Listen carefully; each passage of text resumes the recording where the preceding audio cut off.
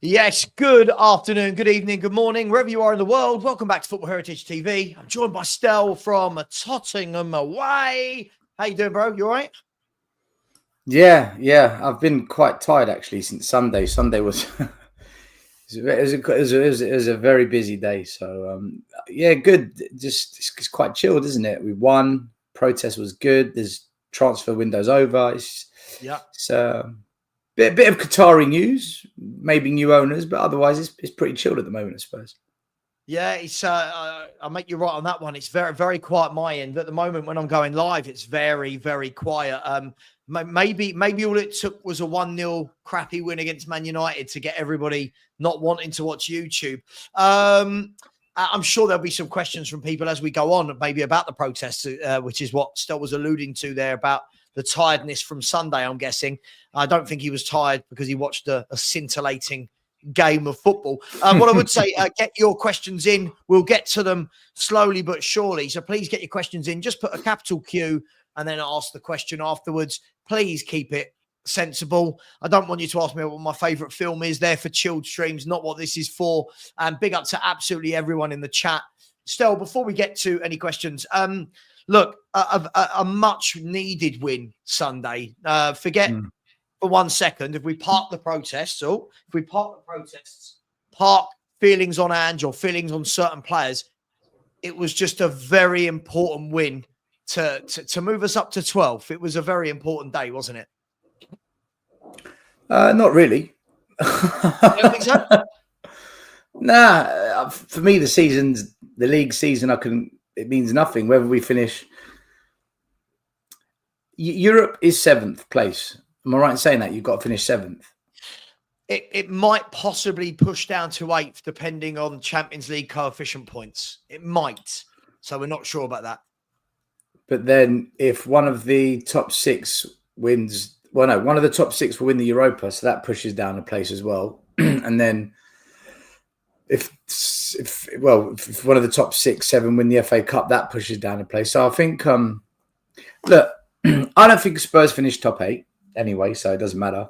I don't think Spurs will finish in Europe. So for me, it doesn't matter what we do against Man United, what we do against Ipswich. The league season is done for me, Savva. So I don't think any of these games are important. None of them.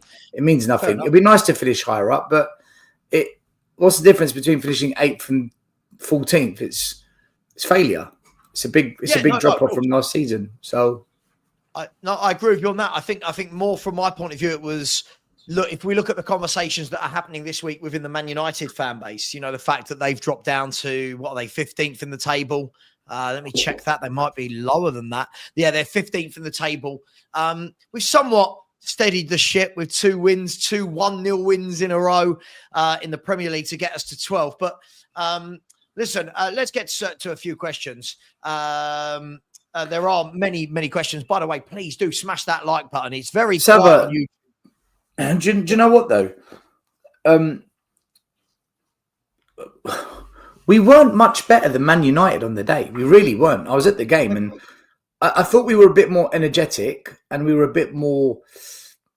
We looked like we would score more.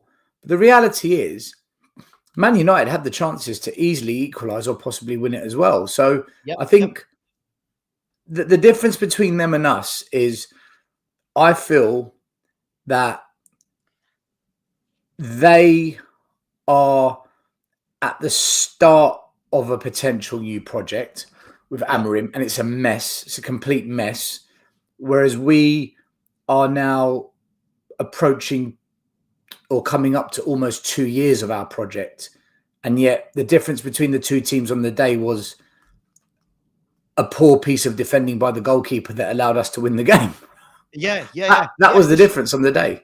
It certainly wasn't a classic. I mean, somebody in my chat when I was doing the watch along still said, this is 13th versus 14th in the league for 14th v 15th in the league for a reason. And it very much looks like, when people go, like when you have Ford, I don't know if it's called Ford, it's sponsored by Ford anymore. When they have Super Sunday on Sky, and people go, oh God, it's Wolves versus Everton this week. Oh, that's a crap game. that's what I felt we were watching on Sunday. I thought we were watching two very poorly coached football teams. Maybe I'm more harsh on Ange because he's been here for the best part of 2 years and Amrim's been there 3 months. But it looked like two teams that didn't really know what their coaches wanted from them. Would that be fair to say?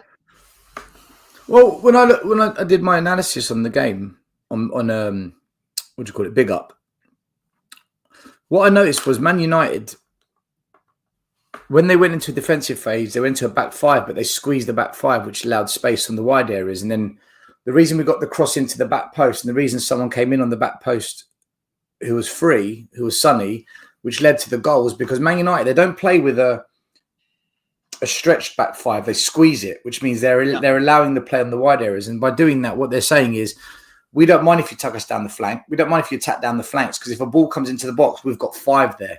Yeah. Beat that. The problem with that is if the ball bundles out to the edge of the box, or if there's an error, you've allowed that ball into the space, which is quite a dangerous space for the ball to come into. Yeah. And Bergvall got on the ball, and that led to the shot that the goalie saved. Bergvall being on the ball, they allowed that shot from a bit further out to happen. And the way they squeeze that back five, it does invite an issue. Also, in the midfield, man, that their midfield were just pulled too far apart, and it allowed us to play 3 on their 2, and we got the overload in the midfield, and Amrin didn't adjust it. So for me, that was a tactical failure of Man United. However, if you look at Xerxes' header where he's missed the target, if you look at Garnacho's shot where he's blasted it wide and then there's one over the bar, they absolutely cut us open. There's nothing has changed with Spurs defensively. We got sliced open. We were out of shape. Porro was too high up. No one was looking on the back post. Players running to the ball, not marking plays. It was just a shambles. It was like watching Spurs Everton the first 30 minutes all over again at Goodison. Defensively, we were a mess. Nothing has changed. The difference was their forwards weren't good enough, and Vicario had a good game. That was the difference. Tactically, both teams look shit at the back. Mate, both teams. Just before we get to the questions, I mean, I was saying the other day, not with Spurs fans, not with YouTubers. I was in my like your friends group from school, like type of stuff. Friends you've been with forever. We were having a chat about football, and someone was like, "Look, Sav," they said, "We know you. We mock you for all these years being Spurs, but we really see what you're saying about Ange now." And one of my mates said the exact same sentence I say. He said, "I have never seen a team more wide open than Tottenham Hotspur." He said, "And what I can't believe is, you can have injuries, but how on earth are they sent out week after week after week that wide open?" And when people go injuries aren't the reason we're wide open. Injuries aren't the reason we've been wide open for 2 years. So, look, I do find it very funny. But look, let's get to some questions, shall we? Good evening, Barbaric Disdain. I love that name. I just think that's such a great name for a YouTube channel. Barbaric Disdain has said, "Good evening, Savva Stel. Smash those likes and subs, people. It's free." Thank you. Yeah, 2 people have just subscribed to me. So whoever you are, thank you very much. Please subscribe to Tottenham Away. Zealous has said, "Ange in all day." I think Ange in, I reckon that's meant to say all day. Big up to you, Zealous, whoever you are. Jimmy Hotspur said, "Don't worry about the possibility of Europe next season, guys. It's simply not happening." I'm sure we'll be talking about that. A has said, Tell looks bad, just another overhyped team. There's a couple of questions about Tell, so we'll go into that in a minute, guys. Big up to Corey. I've got your message that you passed on via Perchy, so I'll speak to you at the moment, Corey. When I finish streaming, I've got a lot going on, so I will get back to you in the next couple of days, bro. All right, guys. Stel, not guys. What's up, lads? Let's have a look. Cold Shot said, "Do you think there is still a chance that Ange will be here for next season, and we have false hope of him getting sacked anytime soon?" Wouldn't be Q&A without the first question being about Ange getting sacked. So, Stel, next season, is he here on day one of next season? I guess that's the question we need to ask.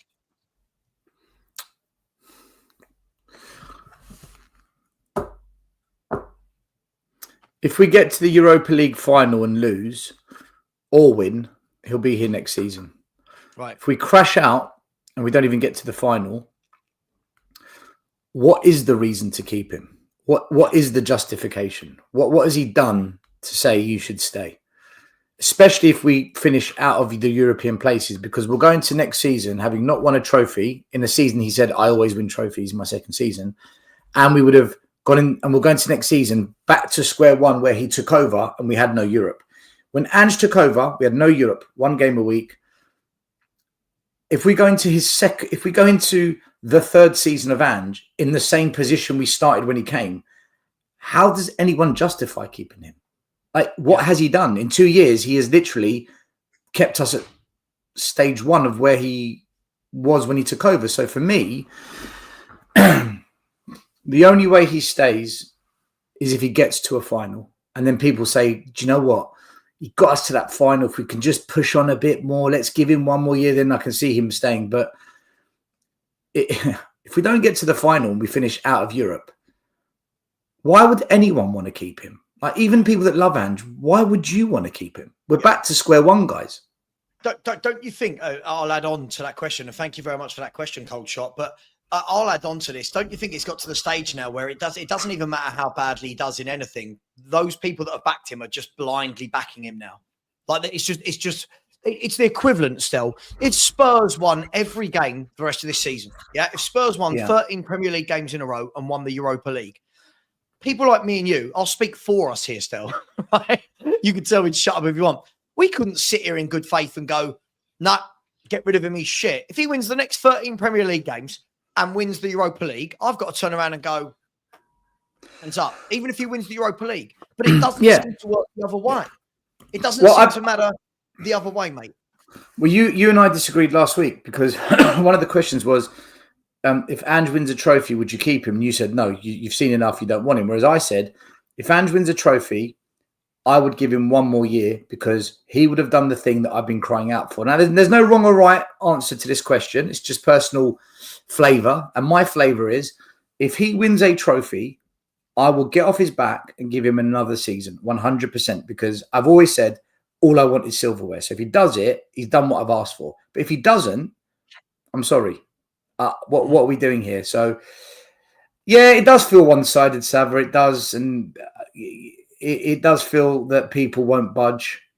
But then again, do you know what? A lot of people said that you can't get rid of the owners and protesting. What's the point? And then over time, out of nowhere, 2,000 people turned up. So maybe the Ange in will change their views, but they haven't reached the breaking point yet.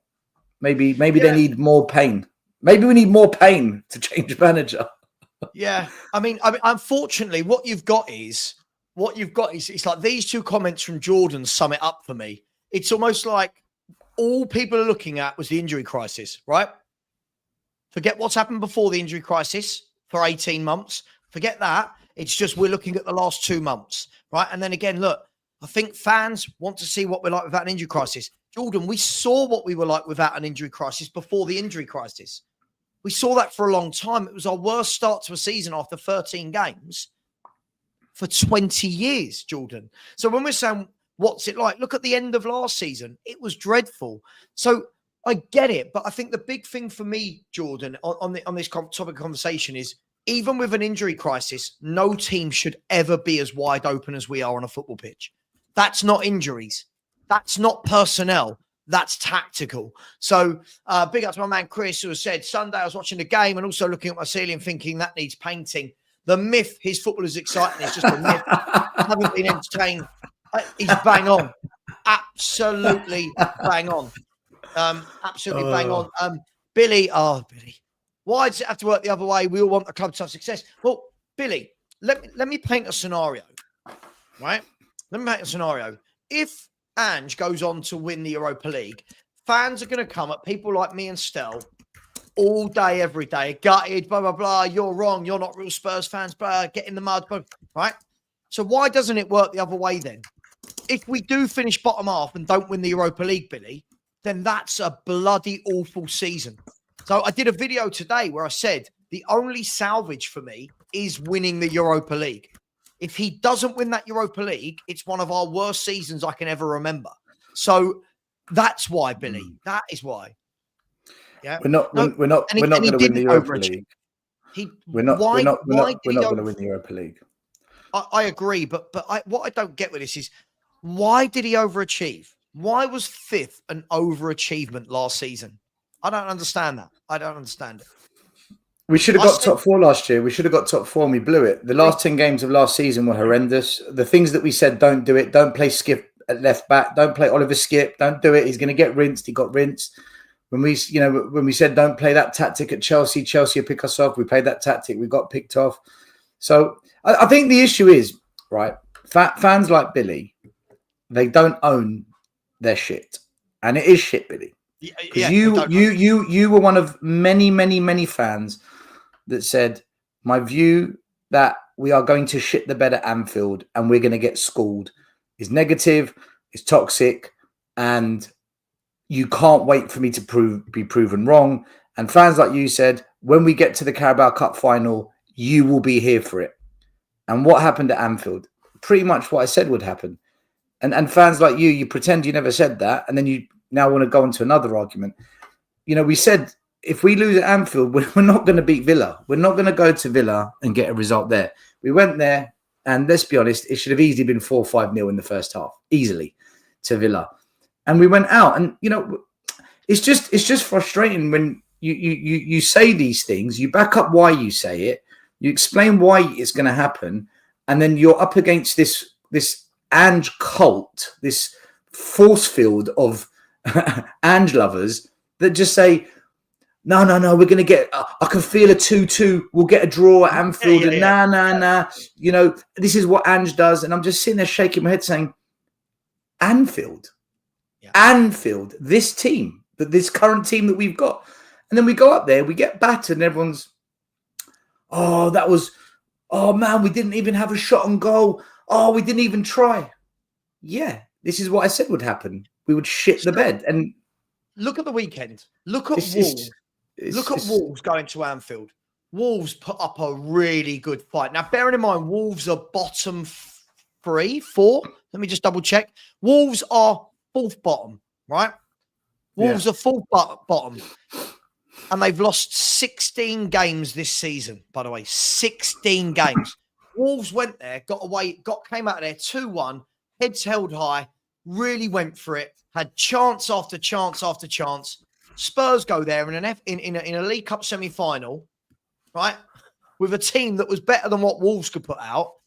We didn't have a single shot on target and got whacked up 4-0. And that's, for me, it's the fight. It's the lack of fight. It's the lack of everything.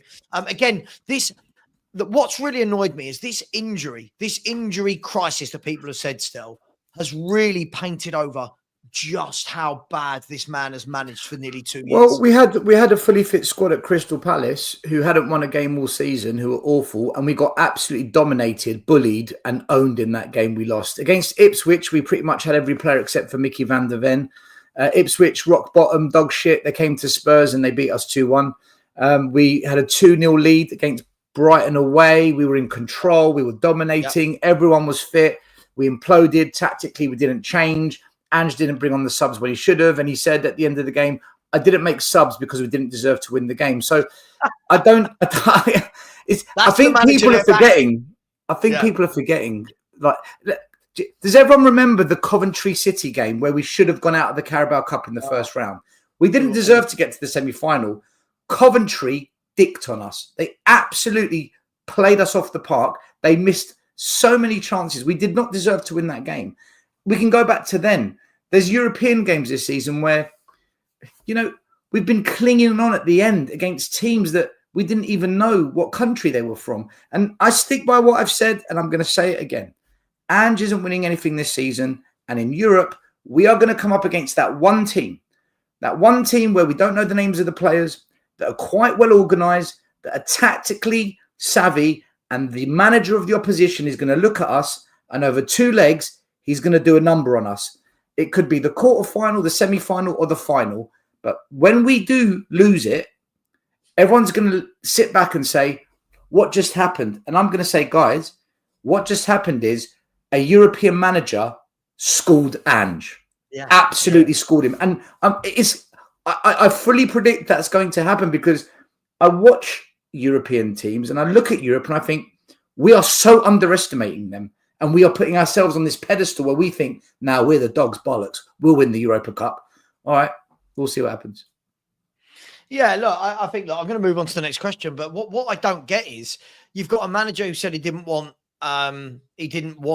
leaders. You've got a manager who said he was very happy with his squad. You've got a manager who said we didn't deserve anything from the game, so he didn't make substitutions.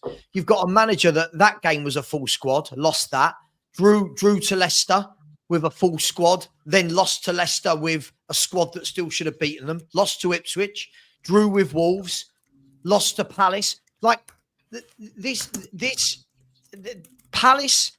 Do you know what? I'm not going to say that injuries don't make any difference still.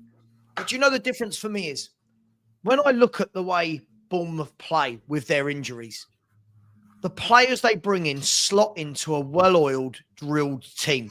So yeah, the drop-off and hear me out of this, still, the drop-off of that individual might be noticeable, but the actual team ethic, team shape, team coaching structure remains the same. With Spurs, it doesn't matter who plays for Spurs. We are the most wide open team. And what I don't get is, I don't get how all these fans, like this Billy bloke, right? What I don't get is, how are they looking at how wide open we've been for 2 years still and going, that's the manager I'm backing? I just don't get it. It's yeah, but Billy's talking out of his arse again. He's saying, oh, sure. You know, we can avoid these big teams. Did I say big teams, Billy? No. I said that one team that is tactically savvy, where the manager susses us out. Can we just remember that the Ipswich manager sussed us out? Yes. Crystal Palace, who hadn't won a game in 10 games, played us. They sussed us out. Coventry City, the mighty Coventry, they sussed us out. The team that's bottom of the Bundesliga, hardly won any games, they almost beat us. They sussed us out. I never said big teams. I just said a savvy team. You know, Bournemouth are a savvy team, like Savva said. Well organised, well drilled. They get what they're doing. They're hard to break down and they're good going forward, right? They're a well-balanced, tactically set up team. You look at Spurs, you don't know what you're going to get. You get this wave of 15 minutes of pressure, dominance, trying to cut open, get a couple of chances. And then we look so wide open, so dysfunctional, so inept of any defensive capabilities. And you think, are we ever going to learn how to defend? At what point are these defenders going to learn how to defend? And by the way, if Archie Gray centre-back and Dragusin centre-back and we lose games, I can accept that. But if we're wide open, they're out of shape and they don't know what they're doing, that's when I've got a problem because we spent 30 million on Dragusin to step in when Romero or Van der Ven gets injured. He came in and he's been shit. He's not been good. Why? Is he rubbish or is the tactic killing him? I think the tactic's killing him. If you watch him play when he was in Italy, this isn't how he played. If you watch him when he played in the Euros, and I said it in the summer, I hope we don't play a high line with him because he got rinsed against Belgium. Yeah. Look at Arsenal. They caught us on the halfway line. They attacked us. Dragusin, backed off. He got caught out. Everton, they attack us. Dragusin, backed off. We got caught out. I said this about him, man. I put it on the social media. I spoke about it on the channel. I spoke it on this channel. The tactic we play does not it doesn't suit all of our players. It suits some and it doesn't suit others. And I think we've signed the wrong players for the system Ange wants to play. Ange can't adapt to the players he's got if there's injuries. And I just think we're not a balanced football team. Man United could have easily equalised in that game with ease, and they should have. They were the better team in the second half. I just don't think how. It's okay to like Ange, but admit that tactically he gets things wrong. It's okay to say that, people. Do you understand that? Like you can do both. That's what grinds my gears. That's what grinds my gears. It doesn't seem to make like all I can think of is that unfortunately I'm going to pick on him again. People like Billy really don't understand tactics. Like I get it. I get it that there are fans still that just say, I don't care about tactics. Come on, I'm just going to back the team. That's great. But me and you do care about tactics, right? I was brought up that way. I was put through my coaching badges from a young age to learn that. And I liked it. It interests me. Now, this is the thing. Like look at this comment.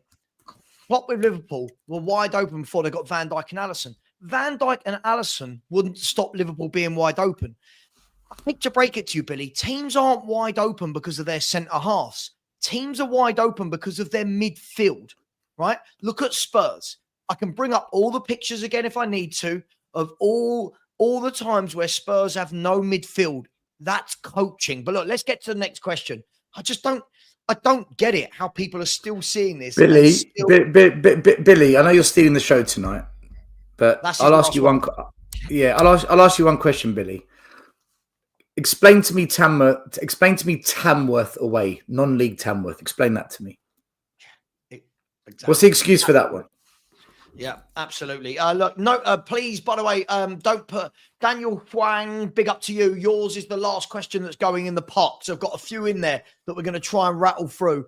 Spurs Steelers has said, question, Lionel Messi is the greatest player ever. But if you could put Messi into any historically successful team, which team would you pick? For example, AC Milan of 95-96. What a team that was, by the way. Stel, first of all, let me ask you, do you think Lionel Messi, I mean, I do. Everyone knows I think he's the greatest player that's ever walked the earth. Do you think he's the best player that's ever played football? No, I think Maradona. Oh, okay. I think Diego Maradona. He went to Napoli. They'd never won a league title. They weren't classed as one of the big Italian clubs. He went there, single-handedly turned them around and won them 2 league titles. They won their first ever European trophy. What Maradona did think Matt Letizia at Southampton, head and shoulders, fantastic player, way above most of the players in the league and in that Southampton team. But Matt Letizia galvanizing them to win a league title. That's what Maradona did at Napoli. He won the World Cup. For me, Messi is a phenomenal player. And I think he's actually scored more and entertained us more than Maradona. But put Maradona at Fulham and then we can have that conversation. Because I hear you. That's why I say it. But also, Savage, you know what? It's hard to compare players of now to back then. Because back then, pitches were like this. Referees, you only get sent off if you murdered somebody. A yellow card, you'd have to punch someone in the face. The game was different. It's hard to compare. No, absolutely. I mean, look. So Lionel Messi, if you could pick him up in his peak, in his prime, and drop him into any team there's ever been, it's a difficult question. It's difficult. In any team, any top team, any top side, Messi could go in like that. I'll tell you, I'm going to drop him into Pochettino's team that didn't lose a game at home, and I'm going to go, there's the Stardust, win the Premier League. Is that fair enough? We would have won the league if Messi was with us. We would have won the Champions League if Messi was with us. Yeah. We would have won everything. Which just quickly, so off on a tangent. We'll get back to Spurs questions in a minute. But it's about Spurs. Were you at Wembley for Barcelona Spurs? Yeah, 4-2. Yeah. Yeah, I was. Have you ever seen a player like literally take the piss out of a football team the way Lionel Messi did on that football pitch that night? He was just sensational. It was funny because by his standards, I thought he had a quiet game, but he just woke up when he wanted and just scored 2 really good goals. You're like, freaking hell, he didn't need much to get going. And I was most impressed by Rakitic's strike to go 1-0 up. Yeah. I was like, by the way, what a player. What a really underrated footballer Ivan Rakitic was. Look, let's move on. We've got loads of questions. Let's move on. By the way, guys, 360 of you in here, 89 likes. Absolutely atrocious. Please get those likes up. And if you haven't subscribed, please do. Still 375 away from 17K. And please subscribe to Stel at Tottenham away as well. Look, I mean, I always find it, I will go to a question now, but I always find it funny when we're talking about Messi or Ronaldo or Maradona or Pele, that they're all such great footballers that it's just like it's almost an impossible task. And then you look at the standard of football now. Anyway, by the way, this though, I just want to quickly, sorry, richest man, I hear this all the time. And as someone that watched every Barcelona game in the Pep Guardiola era, do you remember when Sky Sports had La Liga? Lionel Messi was kicked from pillar to post every single game. And you know what he did? He got up and he just played on. So I don't like it when people say that, because the defending in Spain is tough. They tackle hard. So I don't like it when people just say this. But look, let's move on to the next question. Ethan, big up, my man. Hope you're doing well, brother. He has said, question, assuming a new signing doesn't come in and immediately assume captaincy, who from the current squad do you think will be the eventual successor to Son? From Slim Pickens, I think it may be Vicario. That's a great question, and you've caveated it for me, so I didn't need to caveat it to Stel. So it's a good one, Stel, isn't it? It's a good question. Like, is there in your eyes still a natural successor as captain? I don't think anyone at Spurs is captain material. Sure. I don't think we've got any so-called leaders on that pitch. If I was to give it to someone, I'd give it to a centre-back, personally speaking. I'd give it to a centre-back, Van der Ven or Romero, one of them two. But are they the answer? Not really. We don't really, I don't, do you know what? I don't even know if captains mean anything anymore nowadays. You know, in Italy, they don't really make any big deal about captains. They're not bothered. It's just over here, we make a really big deal out of it. I think it's just an old school English football cultural association we had growing up with the game. You know, who's captain, and he's got to be a leader and tough nuts. And I don't really think it matters like it used to. I'd rather have a player that, when things aren't going to plan, gets control of the game, says, right, we're not going to bow down like this. Let's get our levels back up, and leads by example. Someone that can lead by example, not by vocally instructing or clapping their hands and geeing everyone up, by actually raising the level of their game. That then spurs everyone else on.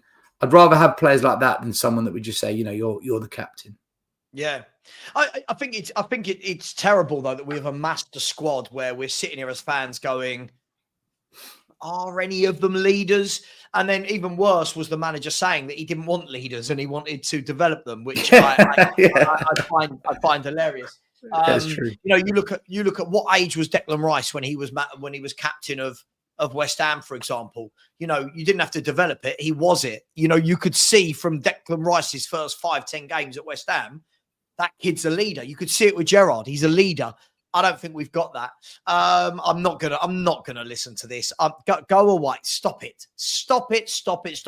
Eden Hazard's a tremendous footballer, but a better dribbler than Lionel Messi. Stop it. We're being silly now. This is what's called bias, because you've got Eden Hazard in your fun now. Let's get to the next question. Stel, Matty K. No, do you know who arguably might be a better dribbler than Ronaldo, Messi? But it's a debate. I'm not saying it is, but arguably. Do you remember the Ronaldo that was up front for Barcelona? Oh, you mean the real Ronaldo?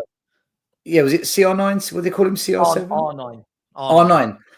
Mate, fucking hell, he could dribble. Do you know what's funny? He could dribble. Look around world football now, right? And look at the strikers. Now look at R9. Done. Like Yeah. R9 was. Do you know what's funny? I watched a podcast last week. What a player, man! What a dribbler! What a dribbler!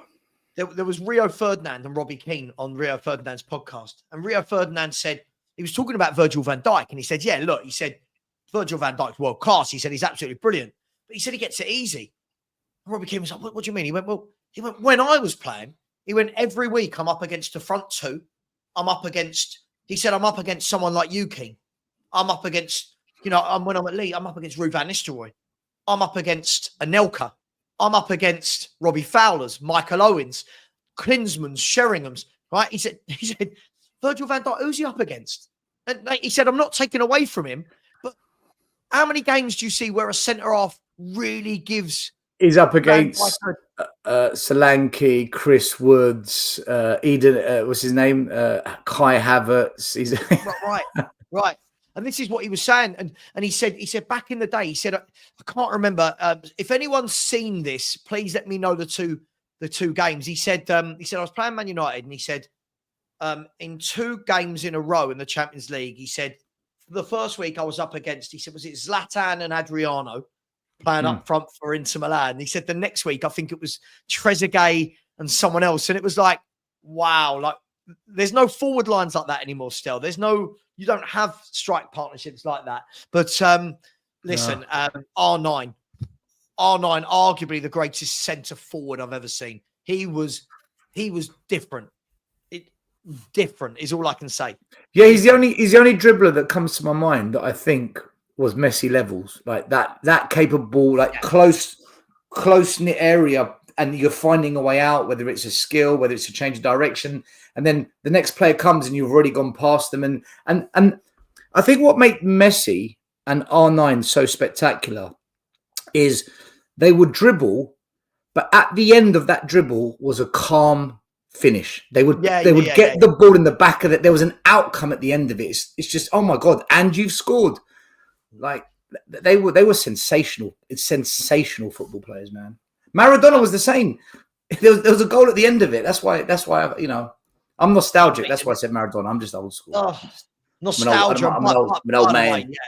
Look, Ronaldinho. Yeah. Of course. I've always said this about Ronaldinho. Like, what I loved Ronaldinho. Ronaldinho for me was the most skillful player I've ever seen. The most skillful, right?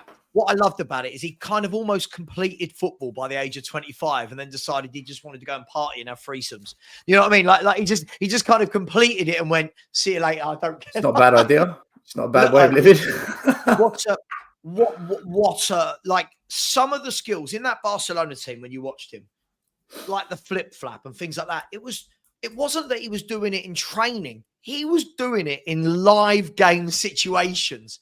Now, name me a skillful player now. Like, who are the most skillful footballers in the world right now? Probably Musiala, the young lad in Spain. I forgot his name. Who are you talking about? Yamal? Yamal. Yeah. Probably. But you know what I mean? There's no, like, back in the day, there was so many of these players. Anyway, look, let's get back to some Spurs questions. Do you know, there's one more. There's one more. We've got to mention him, otherwise it's a crime. He wasn't necessarily the best dribbler, but mate, you could just watch him on the ball all the time. Was Zinedine Zidane? Zizou was just he was a ballerina. He was just a ballerina on the ball. He was just unbelievable to watch. I'm going to chuck in a name for a brilliant dribbler, by the way. And this player, I'm so surprised. This player never gets talked about enough for me.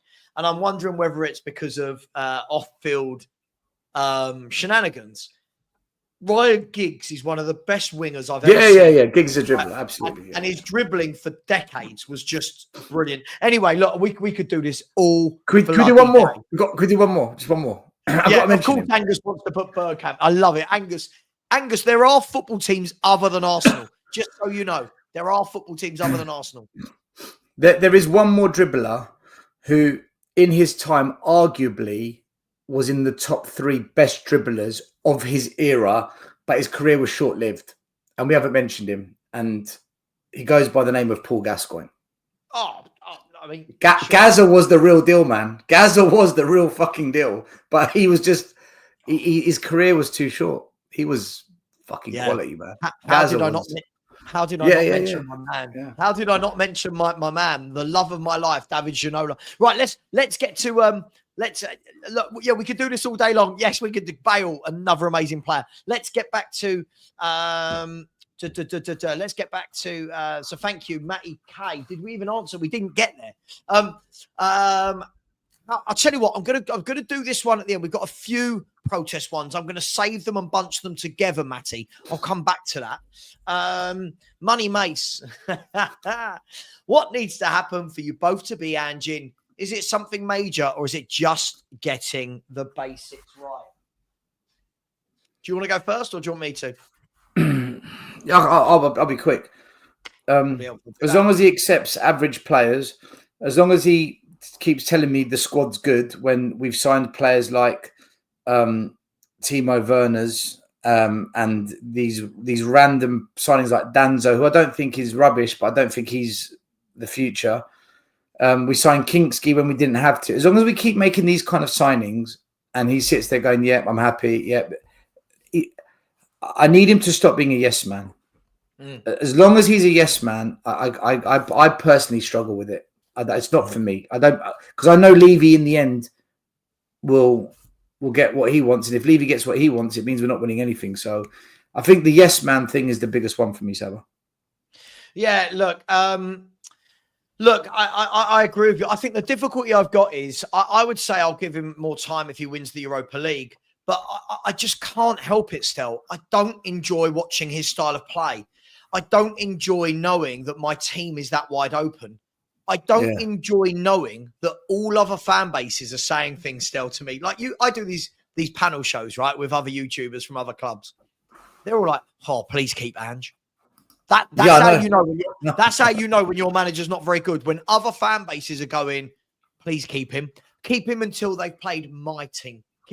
And for me, if he gets his way to a Europa League final, yeah, I'll eat some humble pie. Cool, great. At the end of the day, if he wins the Europa League, I'm happy. I'm a Spurs fan and we've won a trophy. However, I just don't enjoy his style of play. I think it's absolutely ridiculous.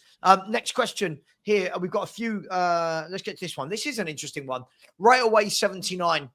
And if you don't mind, Stella, I'll go first on this one, if that's right. Has said, not Tottenham related. That's okay. There's football outside of Tottenham Hotspur. It's okay. It's all right. Has Pep lost his sparkle? Now, I'm going to quite simply say no. I think it's very easy, Railway 79, for everyone to jump on the bandwagon. Pep Guardiola's won 4 league titles on the spin, which has never been done before. He's won absolutely everything at Man City. He's reinvented that Man City team over and over and over again with different top players moving on, like when Fernandinho went and Rodri came in and Aguero went and then Haaland's coming in. And yet they have one season where they're not at it, and the whole of the, I'm not saying you, one season, and everyone goes, "Oh, Pep, not very good, doesn't know what to do." Listen, sometimes things come to an end. And I think this season, what we're seeing is that Man City's come to an end. Look at what he's buying. Look at what he's already. Have you noticed they're currently mid-season and in a, I'm going to use it for the right term, Stel, in a rebuild. People like Nico in midfield, Marmouche, yeah? These players are the new generation of the Grealishes, the De Bruynes, yeah? The Gundogans. They're going and getting them. Next year, I've got no doubt in my mind that City will be right back up there. They'll get rid of the old guard. These younger, fresher, talented players will come in, and Pep will do what he always does, and everyone will go, "Oh, maybe he's not lost it." Long-winded, but I just think we're too knee-jerk. What do you reckon, mate? So the most successful Premier League manager of all time is Sir Alex Ferguson, and he won the lot, right? He won everything. He's an icon at Man United and in the Premier League and in world football. He's established in the history books of all time. There were seasons where Man United won nothing, and they weren't quite at it, and people said they're done. Fergie's lost it, and they rebuilt. They came again, and then they won everything the next time. Yeah, Fergie went through maybe. He was there, 26 years, was he? How many rebuilds? How many rebuilds did they go through at Man United? How many rebuilds did he oversee? Judge Pep after his rebuild. This is the first major rebuild he's going to have to go through. Judge him after that, because if you're just going to simply say he's lost it off the back of one season, you're almost ignoring how freaking magnificent he's been as a manager. It makes me laugh. I mean, look at. I mean, first of all, Nicholas Nichols, I'll ask respectfully. You don't need to shout, mate. I'm going to read out comments whether you put it in capitals or not. When people like Nicholas Nichols say things like Pep overrated, always walked into top clubs, I think this is a real lack of. I'm gonna say it. This is a real lack of brain cell. Go and look at what he took over at Barcelona, why he took over, and what he took them from and to. He took a Barcelona team that were nowhere near winning and turned them into arguably the greatest club side the world has ever seen. Right? Arguably. For me, it is, but arguably. You now look at what he did at Man City. When Man City won titles before under Pellegrini, yeah, they won titles, but no one was talking about them being this one of the best teams the world's ever seen, right? The coaching that man's got is so good. And I'm almost embarrassed. I know this sounds silly still. I'm almost embarrassed when I see people say these silly things about Pep Guardiola, because there's a documentary on him right now. If you go on the BBC, there's a documentary on him. Listen to how everyone, every manager, every player, every coach, listen to how all of them talk about what Pep does. He lives it, breathes it, eats it. Listen to them talk about how he upgrades every player that he signs, whether they're brilliant or not before. He takes them from there to there. And ask any player who's worked for him, about the standards he holds. Because, and sorry that I'm on a rant, but Nicholas, what I find funny about this is there's been many people that have spent loads of money, right? That have spent loads of money, but can't coach like Pep, can't get their players running through a brick wall like Pep, can't do it consistently. 4 years in a row, he's got those players running through brick walls for him, right? Playing 70 games a season or whatever they've played. And we got fans like you going, he hasn't got a clue. That's got to be the dumbest. I'll call you out. This is the dumbest comment I've ever read, and I've had some dumb ones. Sorry, it just gets to me still. It's stupid. I think the way you've got to look at it is when people bring up this Pep argument and they say, oh, he's overrated because he's only been at top clubs.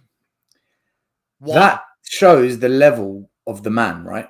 If you if you study finance and you come out of university and the Halifax Bank on the High Street wants you and Barclays Capital wants you, you're going to Barclays Capital.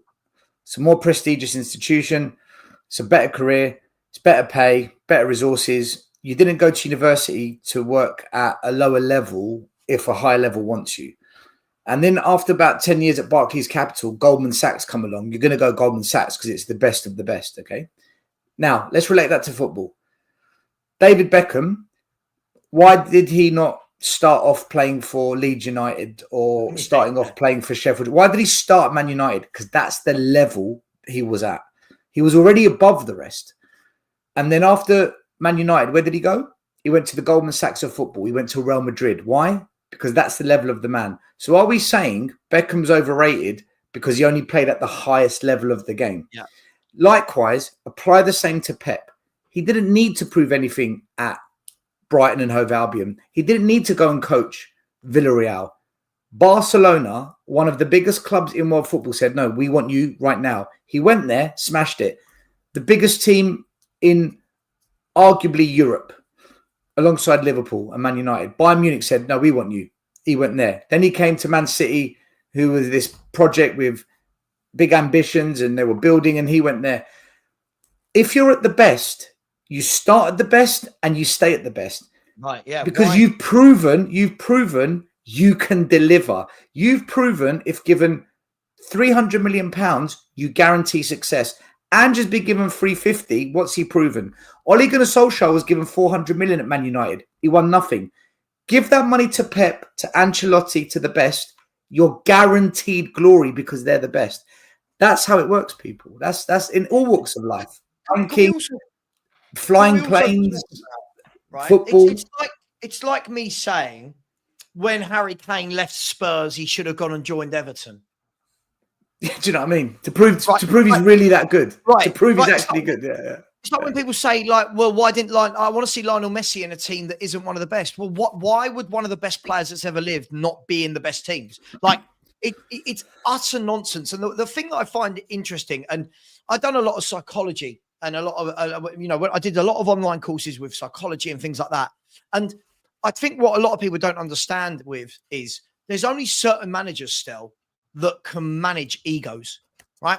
Alex Ferguson manages egos. Carlo Ancelotti manages egos. Yeah, Jose Mourinho manages egos. Pep manages egos. So when Pep Guardiola walks in that dressing room, right, there'll be players at Spurs walking in the dressing room going, who is this guy? What's he done? Right? When anyone signs for Man City or goes into that dressing room, do you think any of them backchat Pep? Do you think any of them turn around and go, well, what have you done? He was a world-class footballer. He's been a world-class manager. And the world of football, all the coaches in that turn around and go, this man is revolutionary. You got people like Nicholas Nichols going, he can't coach. What? He can't coach. What? Here's the biggest thing and the last thing I'll say on him, right? So why was De Bruyne no good at everywhere he went, and then as soon as he went to Man City, became the best midfielder in the league? Who developed him into that player? Who developed him? Why did no one else buy Rodri? Why did no one else see his talent and then develop him into the best number 6 in world football?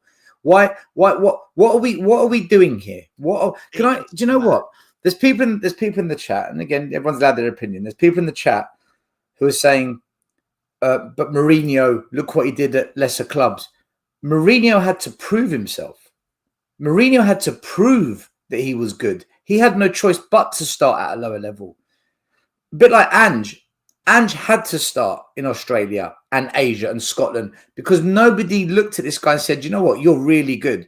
Now he's at Spurs. Look what's going on. Look, it's not quite the same, is it? Pep had nothing to prove. Ancelotti, like I said, if you're at the top of your game, you don't lower yourself. You play at the top table from day one if you're good enough. If you're good enough, you start there. You don't say, right, I need to prove myself because people in the YouTube comments are going to think I'm shit. I'm going to join Rotherham United or Sheffield Wednesday to prove to you that I'm actually good. Nah, you go on the biggest stage under the most amount of pressure with the biggest audience watching and you say, I'm going to show you who the man is. And that's what they've done. Pep's done it. Pep has done that on the highest stage possible. He's shown the world, I am the nuts. And that's no, I'm sure there's brilliant managers in Division 2, but no one cares. No one gives a shit. You know the funny thing about it still, though? No one looks at it. When this man wins 4 Premier League titles in a row, right? Everyone's praising. They have a drop-off for 1 year, right? By the way, I still think they're going to finish 3rd, but they have a drop-off for 1 year, and he's shit. He can't coach. I hate to break it to people. When Alex Ferguson was manager at Man United, they didn't win it every year. They didn't. They had years where they didn't win it. Then they come back and win it again. Then they had years where they didn't. It's also, I find it very childish and I find it very knee-jerk. And my mate, Billy, I mean, first and foremost, Billy, I mean, look, Pep and Jose are 2 very, very different football managers. Very, very different. They've got the ultimate opposing styles of play. Yeah? Do you know the difference is Jose for me, I want Jose in a one-off game. Yeah? If I want a coach who makes the players better consistently and plays attractive football, I want Pep. But the way we're belittling the greatest manager in world football is unbelievable. I see it all the time still with people belittle Messi. Like, no one can just say, greatest player in the world. It's, yeah, but he can't do this. Or did you see he missed a penalty? And it's like, what are we doing here? But by the way, do you know what? What's crazy about it is we crap on these managers. But if you had the choice of Pep being the Spurs manager, what would you say, Spurs fans? What would you say? Nah, don't want Pep. Look at this. You'd bite your hand off to have Pep. If Arsenal sacked Arteta, who do you think they'd take? Pep or someone else? They'd bite your hand off to take Pep. Why? Why would every club in world football want Pep Guardiola? If he's shit, if he's no good, why would every club take Pep Guardiola? Why? Why is that? If he can't coach? The funny thing as well, you know, when you see this spending money argument, can we just have a look at in the last 6, 7, 8 years, Chelsea and Man United have spent more money than Man City, right? Why are Chelsea and Man United in the last 6, 7, 8 years not winning league titles? Right? Why are the managers look at how much money managers at Man U and Chelsea have had. Why aren't they winning every title? Because it's not just about money. It's absolutely anyway. Look, let's move on from that. I just can't believe, it's Savva. There's absolutely no way you're about to tell me that, except for the treble season, Pep football is good to look at. Do you know what? I mean, if you don't think Pep Guardiola plays a good brand of football, I have no idea who you find attractive to watch. His team is the ultimately well-drilled team that when they have the million passes, it's with an end goal. It's with an end goal. I think every single person in the chat, right? Every single one of you who is calling out Pep, who's taking shots at Pep Guardiola, can you please tell us who you support before you slag off Pep? Let us know who you support, because there's some home truths I'm about to tell you about your club, your thinking, and then we'll compare it to Pep. Right. Look, so Nicholas, please, this channel isn't for you. Tell us who you support. I want to know who these people are. I want to know what club you support when you say Pep's football isn't good. I need to know what club you support first. Then we'll see what bored with this mutant form. You say you're not slagging Pep off. You find his football boring. That's fine. Who do you support? I would like to know who you support. Do you know what I'd like to know, Stel, is tell us who you do find attractive to watch then. Because what makes me laugh is, here's the last thing I'll say on Pep. Everybody tells me Pep has ruined football, right? And they say that because every manager, Stel, wants to play like Pep now. If Pep's so shit and not respected, why is nearly everyone in world football now trying to do what Pep Guardiola's done since he started managing? Why? Yes, you would, Angus. If Pep Guardiola was your manager, you would win everything. Yes, you would. And I hate saying that because you're Arsenal, but you would. When you say Tiki, Billy, I can't stand. I'm going to not go on to Billy. I could say it's Wednesday. Okay, Billy. Michael, I'm bringing up their opinions. Michael, when there's silly opinions, you have to stop, surely. Right. People that say Tiki-Taka is boring. Look, you're allowed to think that. Tiki-Taka done with players that shouldn't be playing Tiki-Taka and managers that can't quite deliver Tiki-Taka. Yes, it's shit. Yes. But managers that know how to play it and have got the players to play it, you're not going to tell me it's boring, because without a question of a doubt, this is undeniable. The greatest ever club side to play football that we saw was Pep's Barca.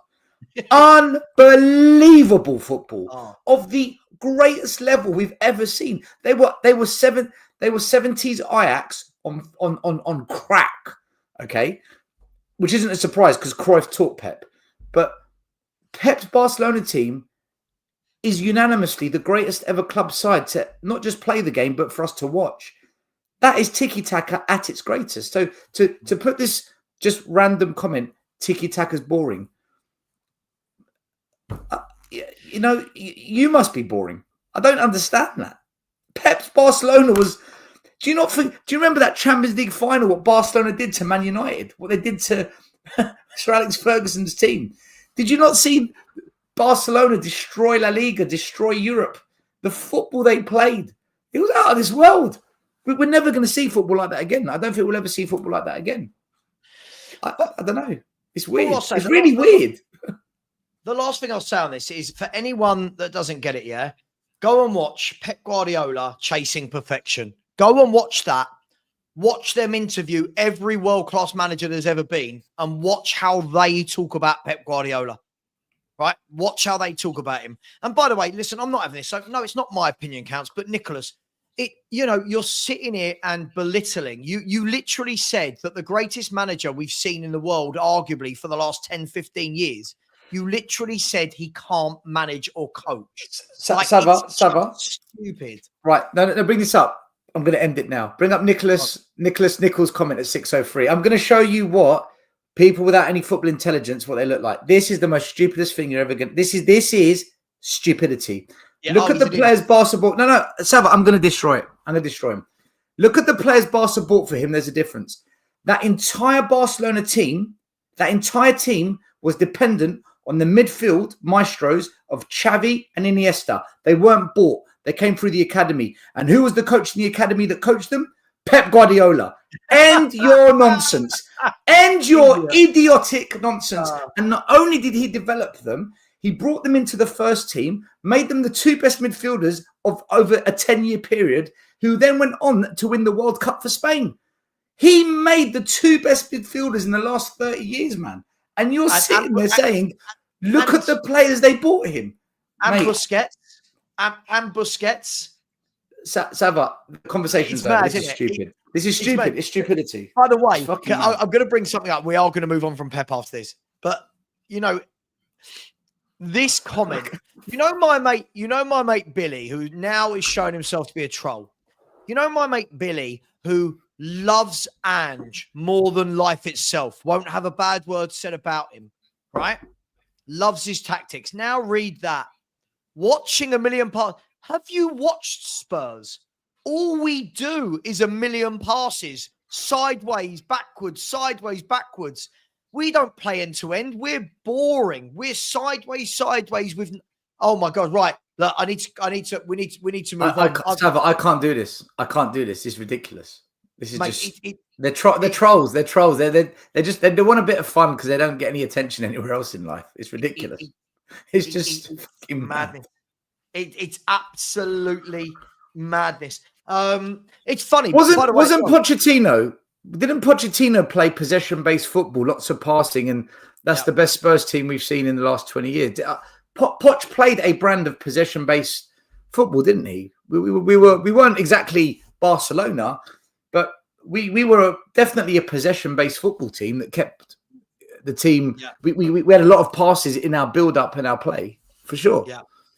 Just quickly, by the way, right? Just quickly. By the way, pressing isn't a tactic, Billy. Pressing is something that players have done for years, but it's now just become mainstream. Can I say pressing is the fundamental defensive? Pressing is the fundamental defensive play of Tiki-Taka. High pressing is from Tiki-Taka. Just to let you know, because you said Tiki-Taka is boring. So if you want to talk about Ange being pressing, that comes from Tiki-Taka. But hey, by the way, just the very last, I've said this about 4 times, but the very last thing I'll say is this, right? If anyone actually wants to go and do their homework on when Pep took over the manager job at Barcelona, look at the caliber of players he got rid of to replace them with youth players. Now go and do your homework. That's all I need to say. Go and do your homework. There were players, top. There were players like Deco being let go. There were players like Van Bommel being let go. Like, he was letting go of these players and going, I want my youth players. I want to mold. It's unbelievable, man, how stupid some people are. It's absolutely mad. Let's get back to some of the questions. Hopefully there won't be anything as silly as that. Frankie Kiernan, big up to you, Frankie. Good to see you back, my man. Or maybe my lady. I don't know. Frankie could be spelled in many different ways. I've not been active in the chat for a while. What are your guys' thoughts on Archie Gray? Oh, good. We've not talked about him for a while. Tell and Spence. Very specific question there. Stel, what do you feel about Gray, Tell and Spence? I've not been active in a while. What are your guys' thoughts on Gray, Tell and Spence? Gray, I don't know because he's never played in his actual position. Spence, I think Spence is proving everyone wrong. But by the way, someone said to me the other day that you said Spence is shit. I never once said Spence is shit. I said I have no opinion on him because he's never played and I don't know if he's good or not. The only thing I said was Conte didn't want him. It was a club signing, and every manager has refused to play him, including Ange. And the only reason Ange is playing him is because all his other options got injured. So Spence is playing by fluke. It wasn't by design. Ange didn't even put him in the Europa Cup squad. That's what I said. I never said whether he's good or not. I don't know but he's proving actually to be quite a good player. I hope it continues.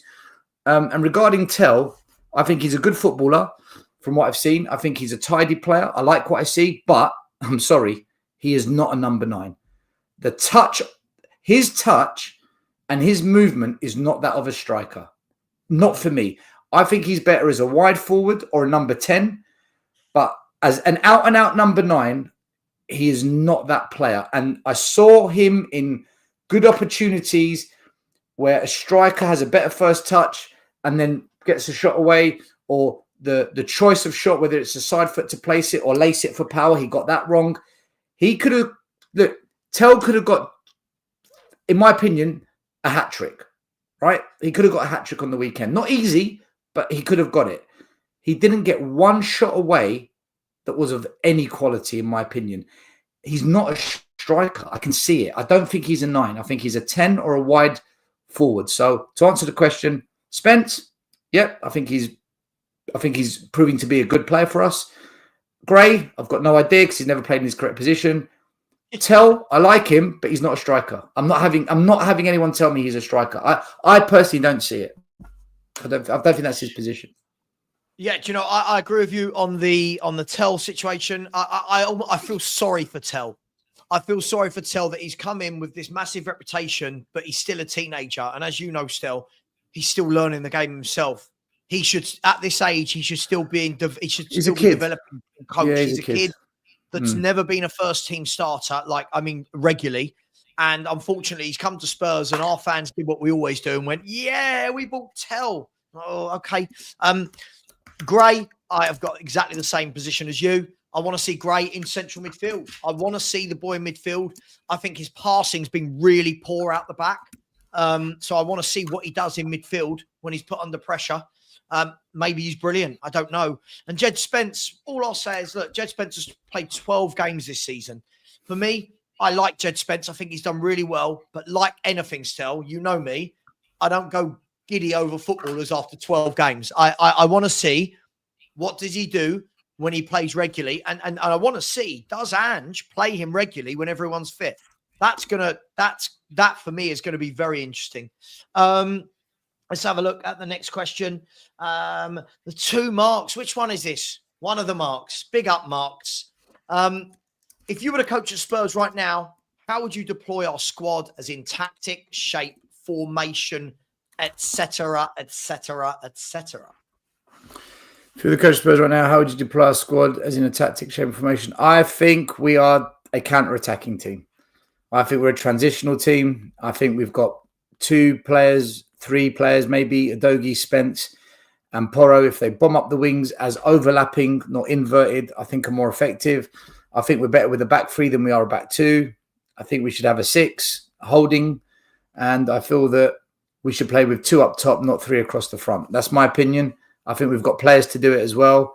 Maybe the back 3 could be tricky because of injuries. That I concede, but as a squad, I think we're better suited to what Conte wanted to do. Now we are. and to be more of a back 5 with a 4 and a 1 when we're defending, that goes into a 3-5-2 on a quick transition. I think that's the team that we are more suited to being. And I think when we have done that, we found more joy doing that. Doesn't mean we can't be a possession-based team that plays 4-3-3 against certain teams, because against certain teams, I think we can do it. But this is the whole argument that we've had all season, adapting to your opposition. Some games be that transitional, deep, sitting, counter-attacking team. Other games be a 4-3-3, press high, squeeze them, high press, win the ball high, create opportunities. It depends who we play. It all depends who we play. If we play against teams that sit back, squeeze the game and they're tight, be a transitional team. If we play against teams, messed that one up. If teams like to play with the ball and they're good at it, be a Conte team. If teams want to sit back, squeeze the game, be a team that presses high, forces errors. Depends who we play against. So that's my view. There's some people in the comments saying 3-4, 1-2. Yeah, I've got nothing against that as well. I think that's a variation of 3-5-2, by the way. So yeah. Same thing, but I can go with that. I can agree with that. I think that's a good shout. I'll put up what I always put up. This is what I posted before the season started. Forget the personnel. Forget the personnel. These are the shapes I would like to see. There's one I would like to see, which is the 3-4-1-2. Or quite easily could turn into a 3-4-2-1. For me, I just think it's very, very obvious that we've got wing backs, not full backs. Whether that's Porro, Spence, Adogi, Reggie, they can all do that role. I think we've now got centre halves that we've got enough centre halves at the club that we can do that. And I think that gets the best out of both Kulu and Maddison, allowing them to play in the middle without having to float out wide and be where they don't want to be. So for me, I agree with what Stel said, whether we want to call it a 3-4-3, 3-5-2, 3-4-1-2. I think three at the back with wing backs and not all of this god-awful, boring football that is pass, go nowhere, pass backwards, pass sideways, pass. I can't stand it. Where are we? Let's have a look at the next question. Jimmy, I said, how far has Ange taken us back, guys? Whoa, that's a loaded question, isn't it, Stel? How far has he taken us back?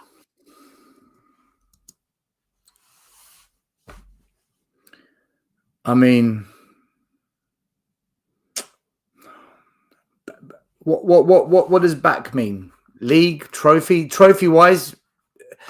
Right, I'm going to reverse this. Tony, I get where you're going. So whoever asked the question, I get where you're going with the question. I'm going to just slightly rejig it. How far forward has he taken us? That's the question I'll ask, okay? Because I think Spurs have been back for 3 decades, right? I think we've been back for a very long time. But under Redknapp, we definitely went forward. Under Martin Jol, we went forward. Under Poch, we definitely went forward. Under Conte, you could argue we went forward from where we started. The question for me is, has Ange taken us forward? No, he hasn't. Absolutely not.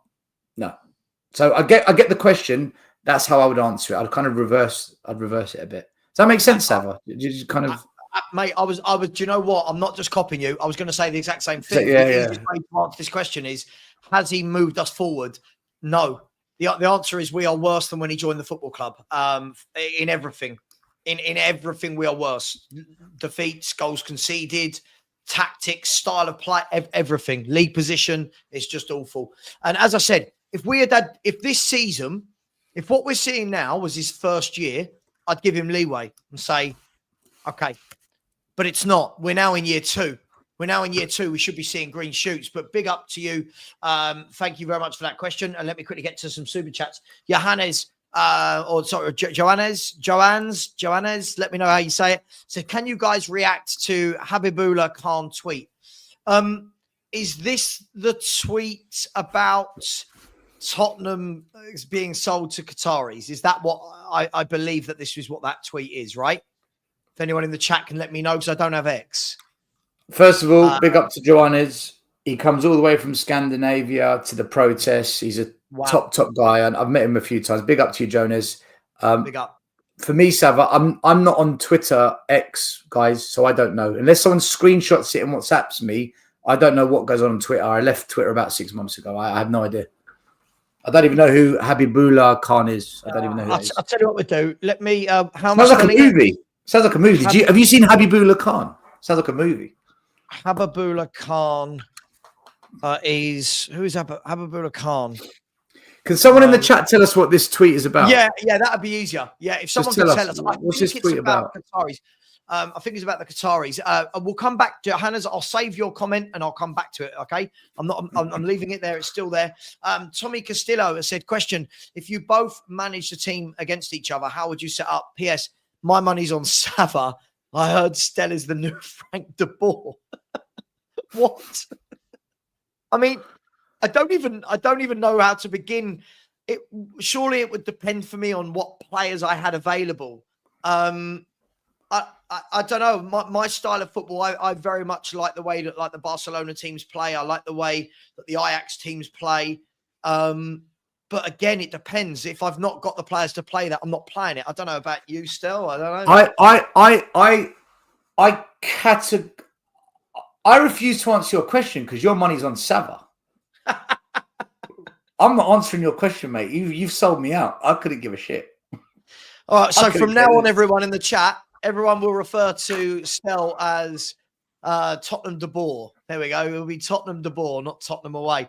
Big up to you. Thank you very much, Tommy. Look, I don't even know how to begin to answer those sort of hypotheticals. Big up D&B Forever for the super sticker. Thank you very much. If you haven't subscribed, please do. We've had 3 new subscribers today. Been really bad. We used to get loads and now we're not getting many. And if you haven't smashed the like button, we're 14 away from 200. So let's make that happen. Still, we're going to have to rattle through some questions in 10 minutes. Yeah, all right? do it. I've got to give Frank some medicine. So we'll come back. I'll group all of the protest ones at the end. Alfie has said, big up Alfie. How you doing, man? Has said, Savva Stel, is it not bad enough that in pre-season Ange played Donnelly as a left back? Surely that is sackable in itself. Did anyone see Donnelly's goal the other night? Yeah, very good. Very good goal. That was a fantastic I thoroughly enjoyed winding Lubo up, though. But every time he sends me Donnelly stuff, I just say, yeah, it's League One. And he gets really frustrated with it. Mate, that was again, it's Leighton Orient, so you can't really judge how good he is. But do you know what? It's a good loan spell for him at the moment. He's doing all right there. Look, to get back to the answer, look, it's really difficult for me to comment on things like this because I don't rate the manager in any way, shape, or form at all. Alfie, I don't rate him. And the fact that I don't rate him, it doesn't surprise me that we saw stupid shit from him in pre-season, like Donnelly playing at left back. I don't know how else to yeah, with the right players, yes, it is sustainable, but you need 8 centre-backs that are all Usain Bolt sprinters. You're going to need about 6 wing-backs that can all invert and play in centre mid and then rotate when their hamstring goes. You're going to need probably 10 players that can play in the front 3 because they're all going to get injured, right? Yeah. You're going to need an impossible squad. It's not. Yes, it's sustainable, but it's impossible to build a squad like that. It's not at Spurs. Yeah, Spurs will never build a squad like that. It's not going to happen. Yeah, it's madness as well. But by the way, I slightly disagree with Stel. I don't think it is sustainable. Not his version of it. I think there are managers that have their version of it. His wide open version of it. No, straight away, this team would need, any team with Ange would need a top number 6. You would need the Rodris of all Rodris to sit in the unless anyone in the chat's going to tell me he's not a good player now, old Rodri. But yeah, look, let's go to the next question. We have got Lee has said, would you have Scott Parker or Michael Carrick as the next manager? We need to rattle through these very quickly as well, Stel, by the way. Michael Carrick. I want to see more. I'll be honest, I want to see more. What I will say is if Spurs have a youth project and it's officially a youth project and it's all kids, I'm absolutely fine with Michael Carrick taking that charge.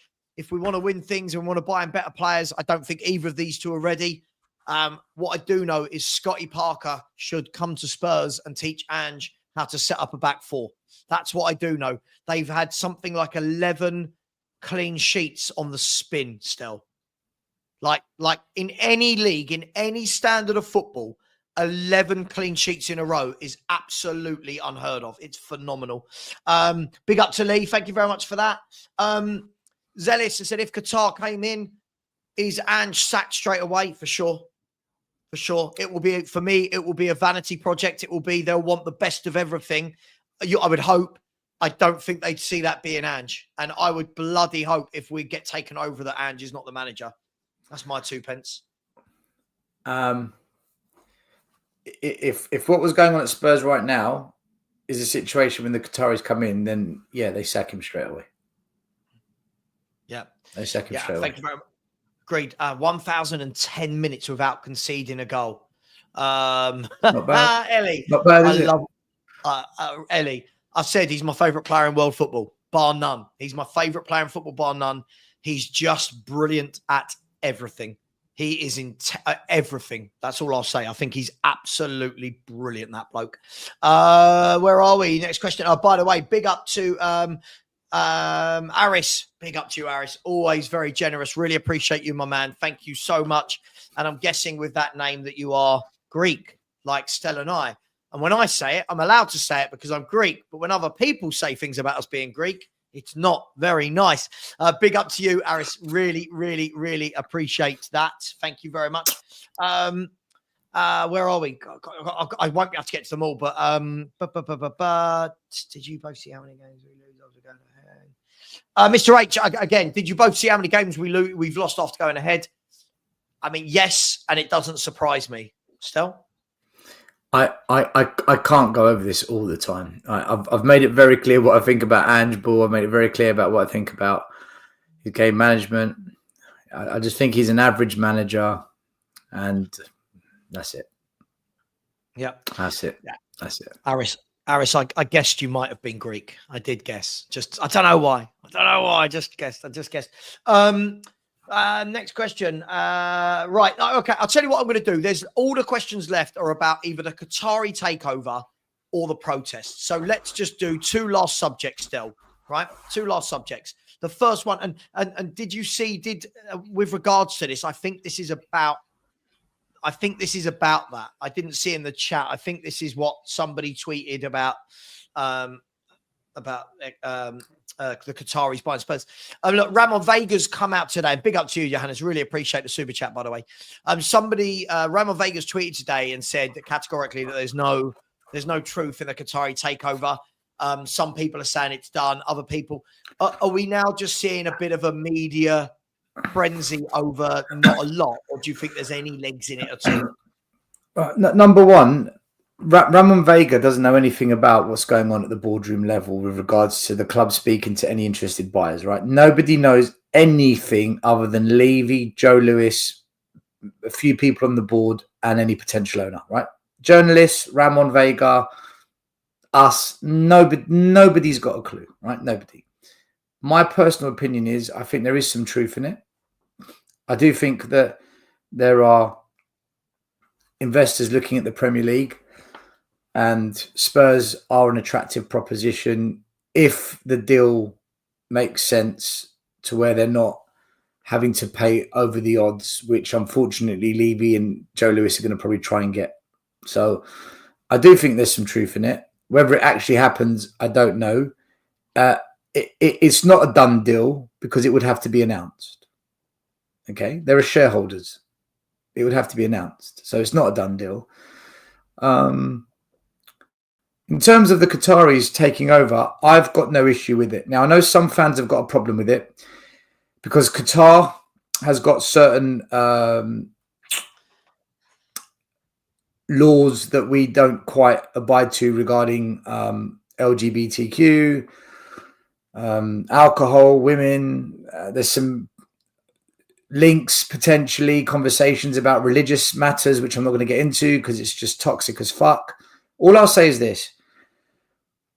These were the same concerns about the Saudis at Newcastle. When you come to England, you operate under English law. Our laws are not Qatari laws. They have to follow the laws here. The Premier League and the FA, and I know quite a bit about the FA because I dealt with them for 12 years. The FA are very clear in their rules and their constitution, which all clubs must follow, including FIFA and UEFA. It's the same or similar set of rules regarding this. Football for all, and it's inclusive, which means disabled football, women's football, men's football, all colours, all religions, all races. So if the Qataris took over Spurs, any concerns that they might have about what they do in their country will have zero impact in this country because it's UK law, Premier League and English rules that they would be forced to follow. And if they didn't, they'd be kicked out. And if you don't think they'd be kicked out, look at how quickly Roman Abramovich, a very powerful man, got booted out of the country and out of English football.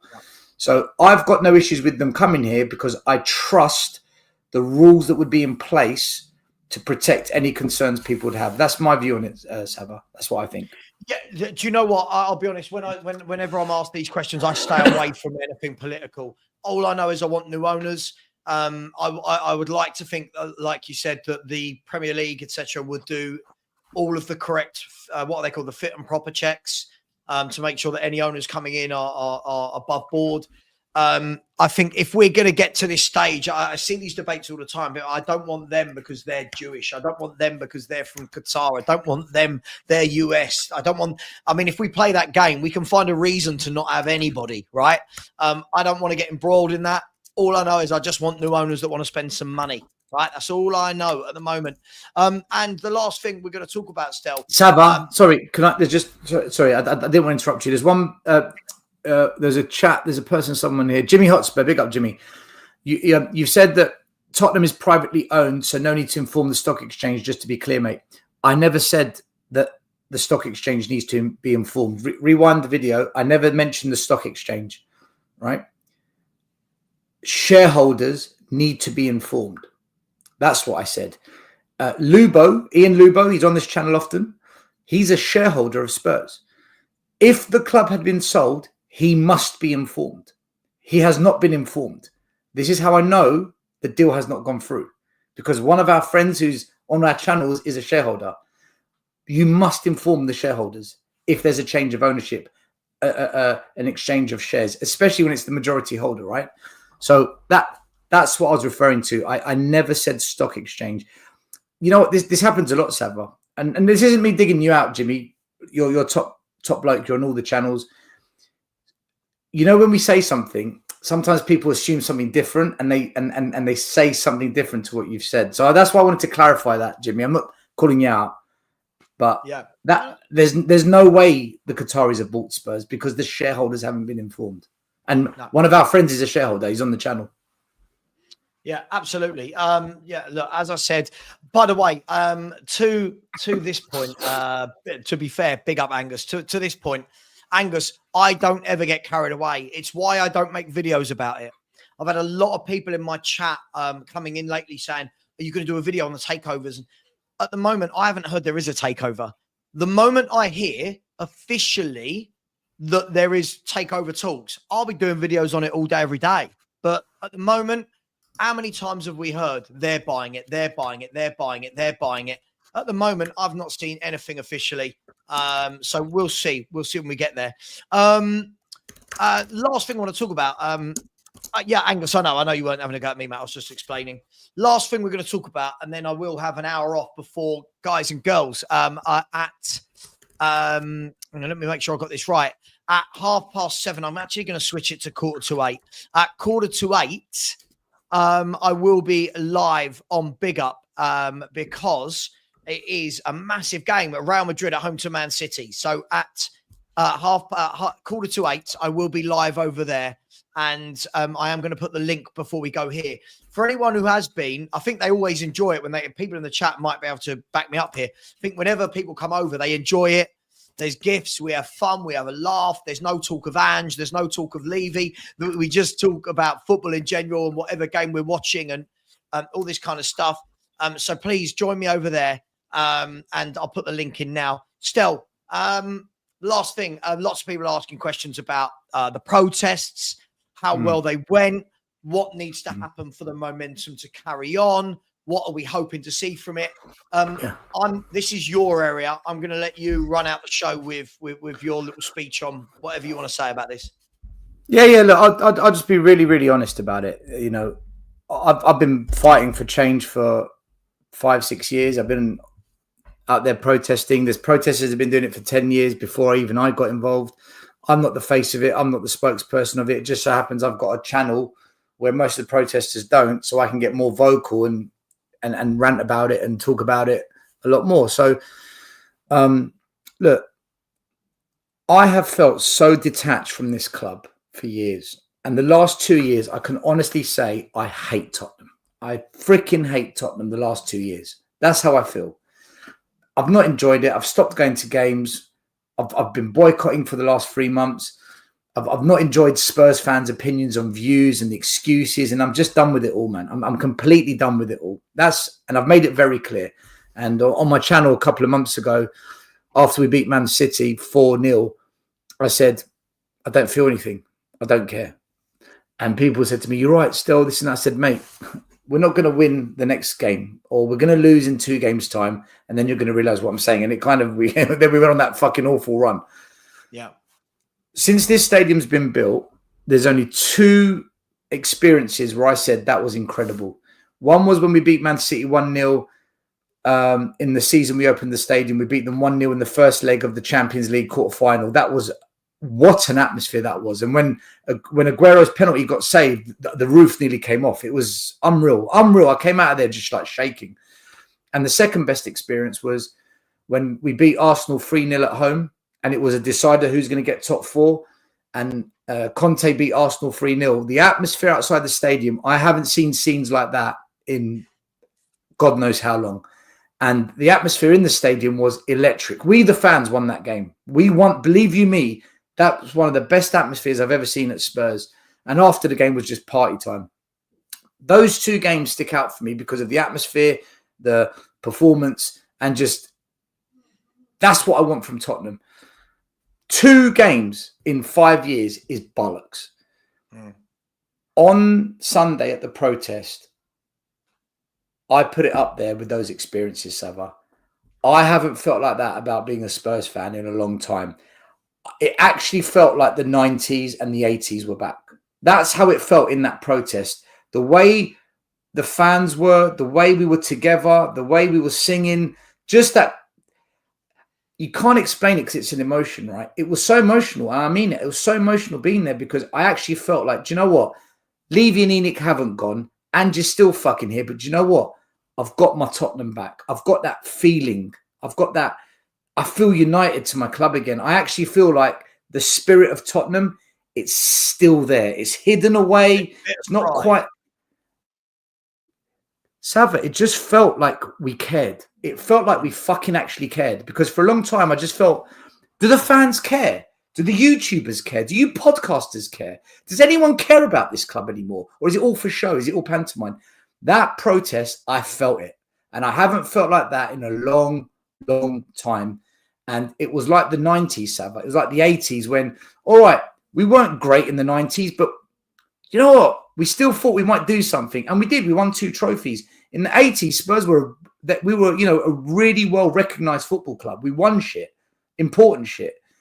It just felt like the 80s and 90s was back. It might just be that one day and I won't get it again. But what I felt that day was there is enough Spurs fans that know what it means for us to be Tottenham. They know what the club should be like.